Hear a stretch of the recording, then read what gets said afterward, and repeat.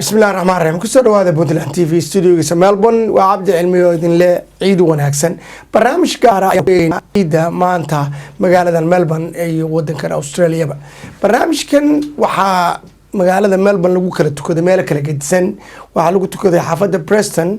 iyo Flemington waxa ay nooga qayb galay oo inoo soo dubay isku soo dabareeday Cabdisalaan Nuur Cirfe oo ah Puntland TV wariyaashiisa ka howlgala magaalada Melbourne bal waxaad iga warantaa salaada ciida iyo Flemington ما تريد عبدي dadku si fiican bay u ciideen runtii gaar ahaan xaafadihii aan ugu antigay oo westiga xaafadaha la isku yiraahdo gaar ahaan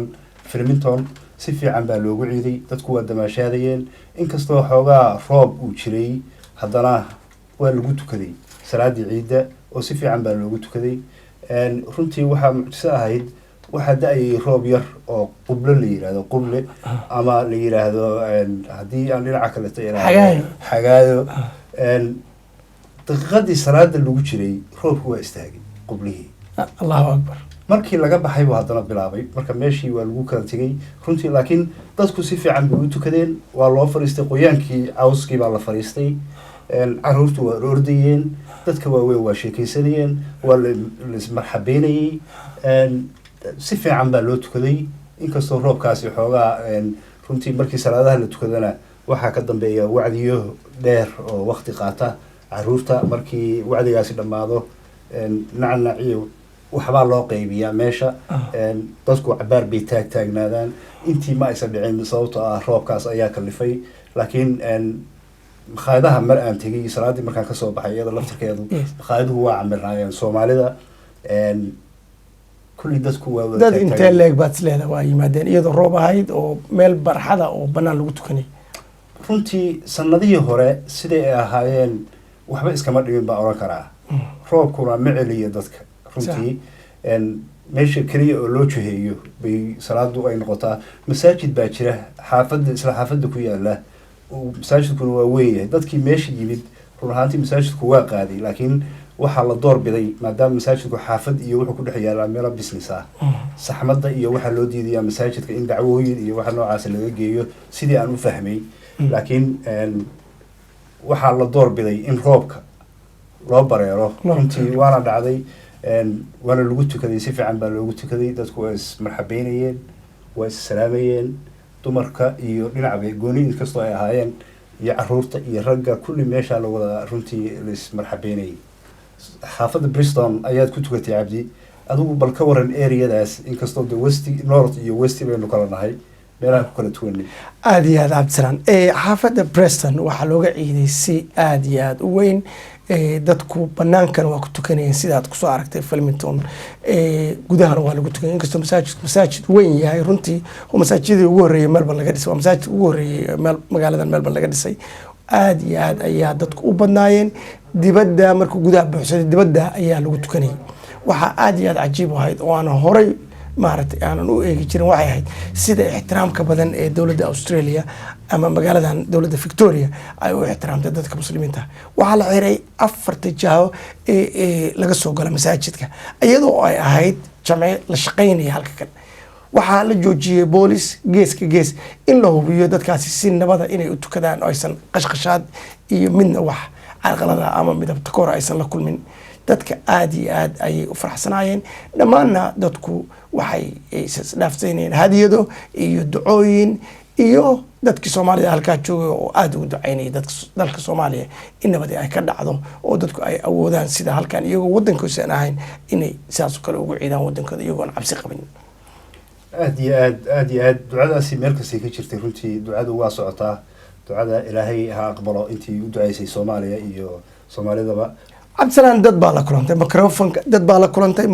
ayaa la dhex qaaday dadku qaar baa wax kale ka hadlay Soomaaliya ka hadlay maxay ahayn waxay ka hadlayeen ugu badnaa runtii dad dhowr qof dhalinyaro ah baan oo markay soo tukadeen aan microphone-ka aan kula kulmay anoo raadinaya bal farxadooda in ay la qaybsadaan iyo salaamayaan qaraabadooda balse salaantaas iyo ducadaas ka bacdi Puntland baa loo ducaynayay loona hambalyeynayay dawladda Puntland runtii heshiisiyo iyo adigu arrimo siyaasadeed bay galeen inkastoo dadka qaarkood ay siyaasadda xaggeeda ay ka leexanayeen balse waa kusii dhiiranaayeen oo waa daba dhigayeen hadalka waa ka dhadhansanaysaa bal waa kan marka haddana bal aan eegna cabdisalaan oo microfonka la dhex qaaday dadkii barxadda isugu yimid ee salaada tukanaya waana kan cabdisalaan magacaygu waxaa la yidhahdaa xuseen isaaq maxamedan xuseen qaldaan baa la ii yaqaanaa waxaan halkan ka salaamayaa dhammaan muslimiinta maanta ay meel kasta ku ciidayaan waxaan si khaasanad u salaamayaa labadeeda waalid hooyaday qamar muuse cumar oo joogta magaalada hargeysa iyo aabbahay isaaq maxamed cali oo isaga jooga magaalada hargeyso waxaa kaloo salaamayaa dhammaan shacibka somalilan meel kasta ay joogaan iyo habareertay si khaasanada u salaamaya dalka kenya magaalada joogto iyo muslimiinta oo dhan assalaamu calaykum waraxmatullaahi wabarakaatuh dhammaan caalamka islaamka dhammaan ummadda Soomaaliyeed dhammaan dadweynaha reer Puntland waxaan leeyahay ciid wanaagsan waxaan sida aan caalamka aan ugu horeyno dadweynaha caalamka waxaan dadka ugu horeeyay oo ciiday waxaana jirta in ay runtii aad iyo aad looga ciiday baagalida Debney Park ay ku yaala magaalada Melbourne xaafadiisa Flemington waxaan run ahaantii soo jeedinayaa ummadda Soomaaliyeed meel kasta ay joogaan ciid wanaagsan sanadkiisa kalena ku gaara bashbash iyo barwaaqo aad baan ugu runaantii ugu faraxsanahay maalin oo jimcaha weeye waxaan kulansanay laba ciidood ciidii jimcada iyo ciidii fitrada ayaanu kulansanay aad iyo aad baan ummadda Soomaaliyeed ugu hambalyeynaa waxaanan uga baryaynaa in ay hadii la ku dhibaatooyinka jira oo siyaasadeed iyo kuwa hadii la ku rooyay dhaqan dhaqaalaba ilaahay uu sanadkiisa kale barwaaqo iyo bashbash uu ka gaarsiiyo dhibaatooyinka jirana oo xalliyo aad iyo aad baan ugu mahad celinayaa dhammaan dadaalada socda oo siyaasadeed oo run ahaantii u dhaxeeya dawladda federaalka iyo kuwa Puntland waxaan jeclaan lahaa in hadii la ku khilaafaadka jira si wanaagsan lagu xalliyo aad iyo aad u mahadsantiin bismillaahir rahmaanir rahiim wasalaatu wasalaamu ala rasuulillah waxaan salaamayaa dhammaan muslimiinta meel kasta ay joogaan ciid wanaagsan baan leeyahay ciid mubaarak macal ciidayn waxaan inta ku darsanayaa waxaan aad iyo aad jeclahay inaan ugu tahnideeyo uguna hambalyeeyo madaxda iyo maamulka reer Puntland sidii wanaagsanayd oo ay u maamuleen oo u hagaajiyeen bismillaahir rahmaanir rahiim assalaamu calaykum waraxmatullaahi wabarakaatuh waxaan dhammaan u hambalyeynayaa ummadda muslimiinta maanta adduunka oo dhan ka ciidaya gaar ahaan ummadda Soomaaliyeed gaar ahaan reer Puntland aad iyo aad baan u faraxsanahay ilaahay waxaan ka baryaynaa in uu ciideeda kaleeto nabad nagu gaarsiiyo midii hadda aanu soonkiina ilaahay uu naga aqbalo dhammaanna maaragtay ummadda Soomaaliyeed waxaan leenahay hambalyo iyo ummadda reer Puntland intaba alxamdulillaah ciid mubaarak taqabbal allahu minna wa minkum saalih al-a'maal kullu aam wa antum bikhayr ciid wanaagsan kullu muslimiinta iyo ummadda Soomaaliyeed meel kasta ay joogaan waxaan idin leeyahay ciid wanaagsan soonkii iyo qiyaamkii badnaa oo aad soonteen iyo istaagii badnaa oo aad soo istaagteen ilaahay idinka aqbalo baan leeyahay dhammaan waxaan salaamayaa ummadda Soomaaliyeed oo meel kasta ay ku ciidayaan gaar ahaan waxaan salaamayaa ummadda reer Puntland waxaan leeyahay Puntland FIFA meel kasta aad joogtaan assalaamu calaykum bismillaahir rahmaanir rahiim wixii oran lahaa rag baa yiri marka anigu waxaan leeyahay ummadda islaamka meel kasta ay joogaan ilaahay qulubtooda ha isku soo duwo